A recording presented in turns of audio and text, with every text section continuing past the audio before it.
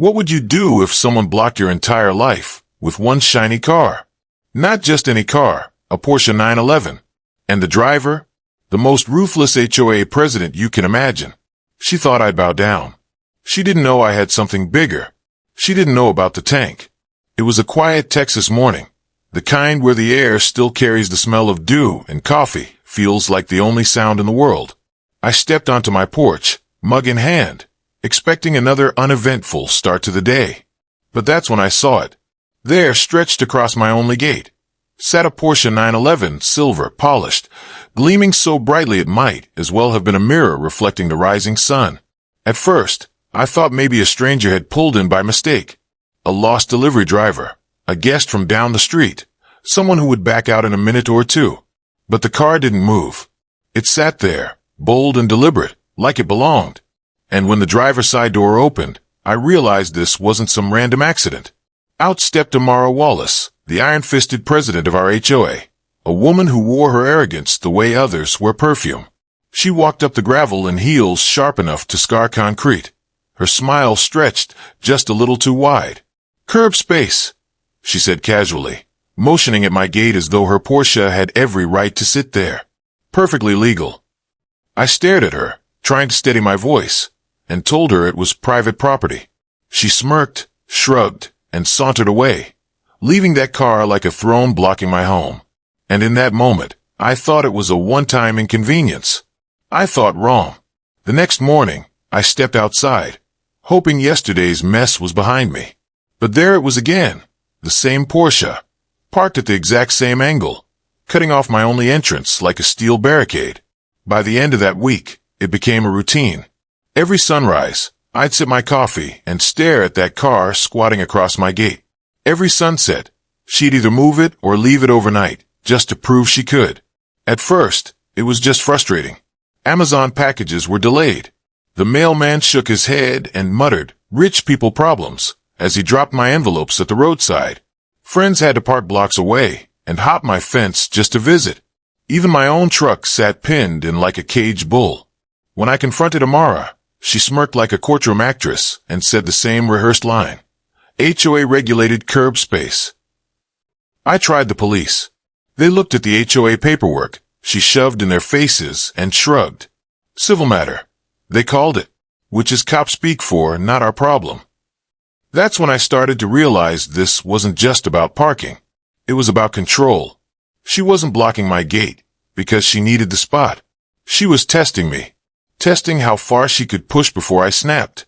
Neighbors whispered behind curtains, asking, "Isn't that illegal? Why don't you call the cops?" But everyone knew Amara thrived on intimidation. Nobody wanted to be the next target. And me, I kept my jaw clenched, my patience thinning with every passing day. She thought my silence meant surrender. She thought wrong. 2 weeks in, I'd had enough. I dusted off the thick manila folder that came with my ranch deed, survey maps, county records, every scrap of proof showing that patch of gravel was mine, not the HOA's, not public property, but legally mine. At the next HOA meeting, I walked in with copies for everyone. My hands shook, but my voice stayed steady. I laid the papers across the table like a lawyer making a closing argument. "This proves Amara is trespassing on private land," I said. For a moment, silence. A few neighbors shifted uncomfortably. One muttered, "He's right." But Amara, always the performer, rose in her pearl necklace and crisp blazer, smiling like the cameras were already on her. "Ladies and gentlemen, Mr. Cross is misinterpreting old documents. These easements are subject to community bylaws, and as president, I have full authority to designate parking as I see fit." Her allies on the board nodded like bobbleheads. One even chimed in, "The HOA has jurisdiction here." I stared in disbelief. Jurisdiction doesn't mean you can trespass on private property. Amara smirked, victory already in her eyes. "If you don't like it, Jaden, take it to civil court. Until then, the board supports my interpretation." The gavel came down. My evidence, brushed aside like a gum wrapper. Neighbors whispered as I walked out, some avoiding eye contact, others giving sympathetic nods. But the message was clear. As long as Amara wore the HOA crown, no paper, no map, No deed was going to matter. That night, I sat on my porch, staring at her Porsche glinting in the moonlight. She thought she was untouchable, but I wasn't about to fight her on her turf anymore. I was done playing by her rules. The breaking point came one Saturday afternoon. I had a lumber delivery scheduled, materials for repairing my barn roof. The truck pulled up the road, driver leaning out the window, scanning for my address. And there it was again, a Mars Porsche sprawled across my gate like a lazy cat. The driver shook his head. Sorry, sir. No access. I had to redirect him 2 miles down, where he dropped the wood by the roadside. The rest of my day was spent hauling it piece by piece in the bed of my pickup, sweating under the Texas sun, my arms burning, my back aching. And the Porsche. It sat there gleaming under the streetlight, mocking me. That evening, I stormed to Amara's door. She answered in a silk robe, wine glass in hand, smile sharp as a blade. Enjoying the view? She asked sweetly, gesturing at her Porsche. Move it, I snapped. Now. Her eyes sparkled with amusement. Oh, Jaden, you're so dramatic. Rules are rules. She took a sip of wine, savoring the moment. Prove it. Then she shut the door in my face. Later that week, my sister and her kids came for dinner, but they couldn't get through.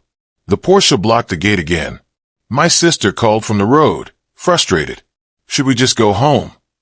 I looked at the stakes on the table, the empty driveway, and my family stranded outside. Something inside me snapped, because in that moment I realized the truth. The system was never going to save me. Not the cops. Not the board. Not the courts.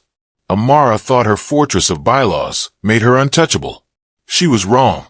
That night, I sat on my porch long after the food went cold.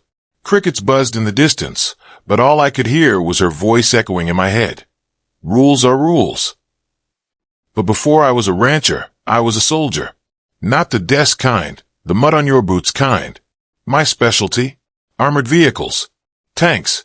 I remembered the feel of 60 tons of steel under my hands, the roar of an M1 Abrams, the way the ground shook beneath it. That machine made you feel unstoppable. And then, the wild idea hit me. What if I just rolled a tank over her Porsche? At first, I laughed it off. Crazy. Impossible. But the longer I thought about it, the more it made sense. Amara's power wasn't in her words. It was in that car. That Porsche was her throne, her crown, her shield. Crush the Porsche, and you crushed the myth of Amara Wallace. So, I pulled out my phone and scrolled through old contacts. Then I saw it, Ethan Price. My old unit buddy. These days, he ran a military museum 2 counties over. They restored old vehicles, even paraded them at county fairs. If anyone could give me access to a tank, it was Ethan. I hit dial. The phone rang twice before a familiar voice answered. Jaden Cross. Haven't heard that name in years. I smiled. Ethan, tell me, you still got that Abrams running? There was a pause. Then laughter. What the hell are you planning, Jaden? Let's just say I've got a Porsche problem. The morning the tank arrived, the sky was faultlessly blue. I heard it before I saw it. A low rumble like thunder crawling across the ground. Then the vibration hit my boots. When the Abrams rounded the bend, it looked prehistoric, a steel beast reborn. Ethan was at the controls, grinning like the devil himself. Neighbors poured out of their houses, phones in hand. Kids sprinted down sidewalks, cheering. Even the skeptical ones peeked from behind curtains, their faces pale with disbelief. The tank rolled to a stop, just short of my gate. I stood tall on the porch, hands on my hips. And across the street, Amara appeared, clipboard in hand, pearls at her throat, lips curled into a smile that didn't quite reach her eyes. This is harassment, she shouted, voice sharp enough to cut through the roar. You can't bring a military vehicle onto a residential street. I stayed calm. Historical demo, I said evenly. Perfectly legal. Her nostrils flared. She marched straight to her Porsche, planting herself beside it like a queen reclaiming her throne. Ethan fired up the engine again. The tank growled, its shadow cutting across the gravel, stretching toward her car. Phones recorded. Neighbors whispered. I gave her one last chance. Move it, Amara. Last warning. She smirked. You wouldn't dare. So I raised my hand. Ethan inched the Abrams forward. Gravel cracked, treads clanking. The countdown began. 10, 9, 8. Neighbors whispered along, tension thick as smoke. Amara's smirk faltered at 3. At 2, sweat shined on her forehead. At 1, the Porsche's engine screamed to life. Tire squealed as she yanked it backward into her driveway, bumper scraping the curb. The Abrams stopped inches from where her car had been. The crowd erupted, cheers, gasps, laughter. Amara sat pale and trembling behind her wheel. You were warned, I said simply. But deep down I knew she wasn't finished. 2 days later, I walked onto my porch with coffee in hand. And there it was again. Her Porsche, back across my gate. No smirk this time. No mocking wave. She sat in the driver's seat, sunglasses on, phone pressed to her ear, pretending I didn't exist. But I'd had enough of pretending too. Ethan was already waiting in the Abrams by the barn, engine idling low. I set my coffee down, met his eyes, and gave a single nod. Showtime.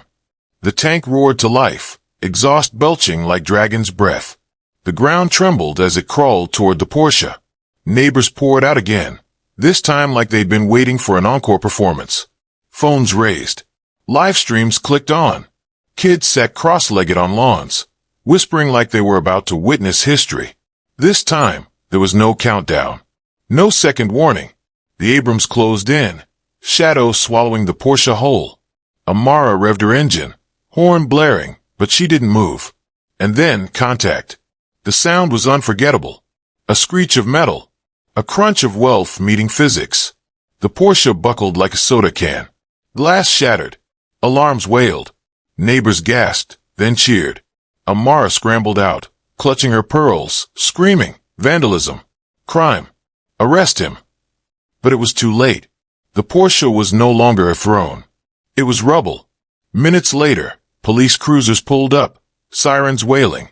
Officers stepped out, blinking at the surreal sight. A tank idling calmly on a suburban street, a Porsche flattened beneath it, and a crowd of neighbors recording every angle. Amara rushed toward them, shrieking, "Arrest him! He destroyed my car." Officer Daniels, the same one who'd shrugged weeks earlier, inspected the scene, then my deed paperwork. He scrolled through neighbors' live streams, watching clip after clip of me warning her. Finally, he turned to Amara. "Ma'am, your vehicle was illegally blocking private access. The evidence is clear." Her jaw dropped. "You can't be serious." Daniels sighed. "You can file a civil complaint if you want, but from what I see, you were warned repeatedly, on record, and ignored it. That's on you." The crowd erupted into laughter and applause. Phones zoomed in on Amara's face as her empire crumbled in real time. The HOA board scrambled to distance themselves, muttering about bad optics and liability. Even her loyal lapdog, Ted, avoided her eyes. By the end of the week, an emergency vote was called. Amara Wallace was removed as HOA president. Her reign of fear was over. When the tow truck finally hauled away the twisted remains of her Porsche, it felt symbolic, like watching a funeral procession for arrogance. Amara sulked for days, pacing her yard, shouting into her phone about lawyers and lawsuits. But neighbors weren't afraid anymore. They'd seen her power collapse. Within weeks, a for sale sign sprouted on her perfect lawn. She left the neighborhood in a rented sedan, humiliated and alone. And just like that, peace returned. Deliveries came on time. Friends visited without hassle. Neighbors lingered on their porches, smiling, chatting, free from the shadow of one woman's ego.